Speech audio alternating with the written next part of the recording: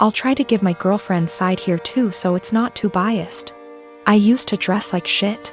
I was perfectly content wearing my gym clothes everywhere and stretch the dress code as much as possible for work.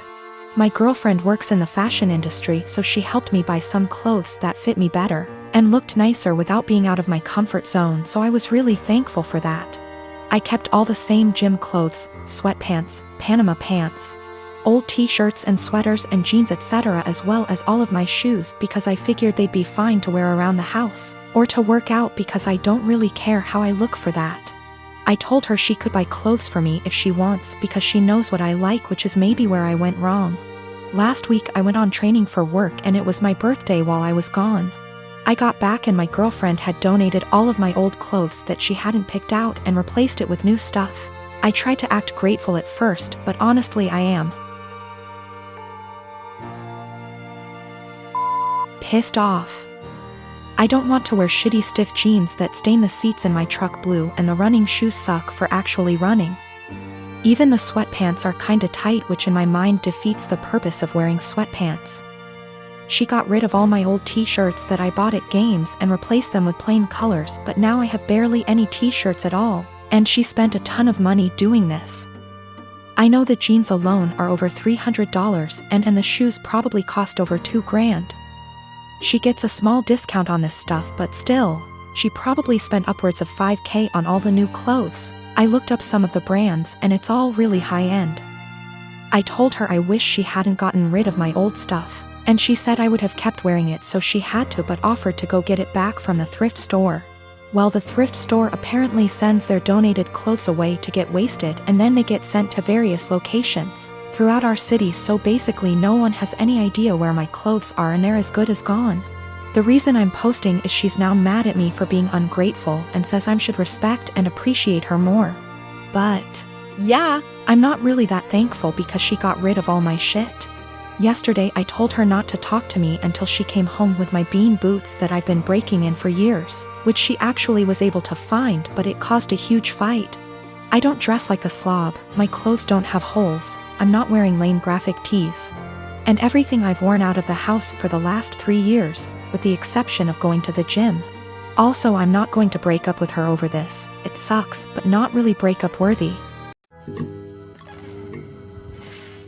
I am a 32 years old female, and I was raised Mormon, but I'm not now, nor do I follow any other religion. My mom is still very much in the cult. As such, she has the typical Mormon mindset regarding gender roles and all that bullshit. Granted, I still think she'd be this way without her religion, though maybe not as bad. We get along splendidly, except when the topic of her religion comes up, which doesn't often. She's visiting right now. I don't see her in person much, but she came down for my birthday. It's also important to note that I have 2 sons. My 5-year-old has a mohawk. My 3-year-old has shaggy, shoulder-length hair. He's never had a haircut for a multitude of reasons, none of which would even be asked if he were a girl. Not long after she got here, she started going in on his hair. This is not the first time she's given her opinion on it. Why don't I cut it? Don't I want to prevent him from being bullied? Or from people thinking he's a girl? Because he hasn't asked and I want it to be his choice. Because he acts like I'm murdering him when I brush his teeth and hair. Because he also flails around like he's having an exorcism, so imagine that with a pair of scissors.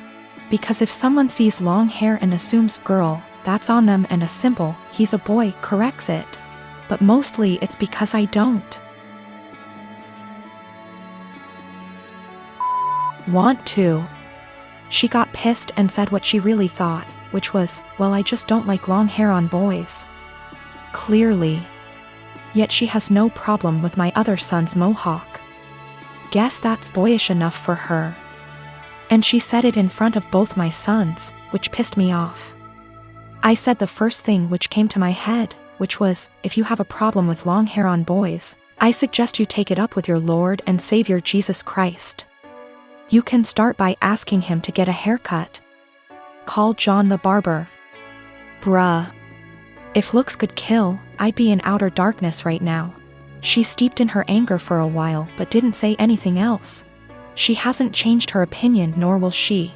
But I don't think she wants to get roasted again either, so she won't bring it up anymore. I feel like we're both assholes. As much as I hate her religion, that was also a low blow, and I have a tendency to speak first, regret later. Though I don't necessarily regret my words, I do regret how they made her feel. She is my mom after all. My girlfriend and I have been dating the past 5 years, since college. After graduation, we were semi-long distance, living close enough that we alternately visited almost every weekend. In 2018, and got a job in my city, and we found a place and moved in together. Now's a good time to mention the security cameras in our house. Break-ins are unfortunately common where we live. We thus got some motion-activated cameras, one of which has a view of our kitchen, to monitor the back door. The cameras only record when there's motion so they can retain footage for a very long time. And of course knows this. About a year ago, and started complaining I wasn't contributing equally to chores. I've been obsessive about chores my whole life. Growing up, not doing the dishes meant no video games for a week. When I lived with roommates, I was always the chore Nazi, making damn sure we all stuck to our chore wheel. And is just as fastidious about chores, so we just naturally alternated who did what. I'd just been brushing her remarks off, but over the last few months they've become much more aggressive. E.g. I was vacuuming and said, "Look at you finally cleaning up around here." I replied that we alternated vacuuming, to which she retorted, "No, you've vacuumed maybe twice since I moved in." Exchanges like this have been happening so frequently that I began to doubt my own recollection. Am I not as clean as I thought? Finally, she exploded at me last week. She said that having to stay home constantly over the past weeks exposed how little I do around the house, and that she didn't move in just to be my maid. Questioning my own sanity, I spent a few hours going through the entire 1.5-year archive of security camera footage, and tallied the exact number of times the kitchen cam caught each of us doing dishes. Our cleaning supplies, vacuum, mop, etc., are in the kitchen pantry, so I also tallied up how many times we grabbed cleaning stuff. To my vindication, the tally showed that we indeed split chores equally. She vacuumed / mopped 5 more times than I did. I did dishes 20 more times than she did. Given that we vacuum / mop at least once a week and do dishes at least every day, these are insignificant differences over the year and a half we've lived together. When I confronted Anne, she shrugged off her behavior as remembering things differently, but the real sin here was what I did, which she called an unforgivable violation of her privacy, akin to abusive stalking. She has broken up with me and is trying to move out, although obviously this is difficult due to current circumstances. I'm totally heartbroken, and was the love of my life, and I can't believe she destroyed our relationship like this. To make matters worse, she told many of our friends, who are mostly siding with her. They've been texting me that what I did was creepy, abusive, controlling, invasive, etc. I'm at a loss. I'm beginning to think I'm the one who's off base here. My fiancé, male 28 years old, and I, female 30 years old, have been together for 3 years. I used to live close to work and used public transportation, but after I moved into his house, which is hours away from work, I bought myself a car since I'm a nurse, and also since there isn't any hospitals close to where we live that I could transfer to. My fiancé's car hasn't been working for close to 2 months now. It requires so much money to get it fixed, and he refused my financial help when I offered it.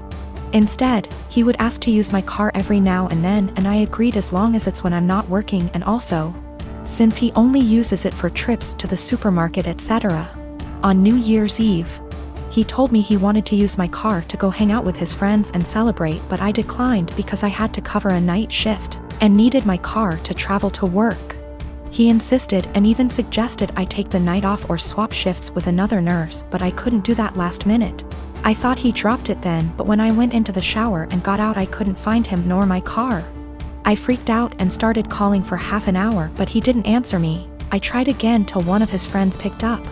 I demanded he give the phone to my fiancé, but he said they were out and confirmed that he took my car and told me that my fiancé said that it's better that I skip my shift and he'll be back with my car later.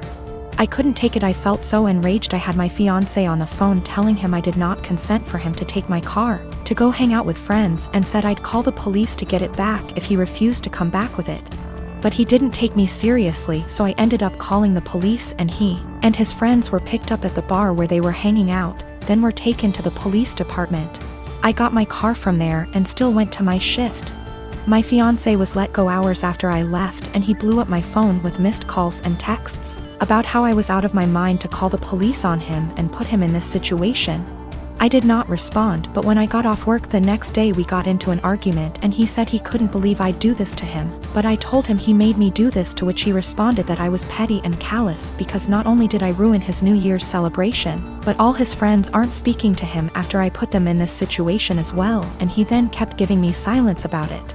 I did consider this a form of theft, especially since he went behind my back after getting a no from me. But he was shocked that I'd even imply that he was a thief and said what's yours is mine and vice versa, so I shouldn't be using the terms theft and stealing.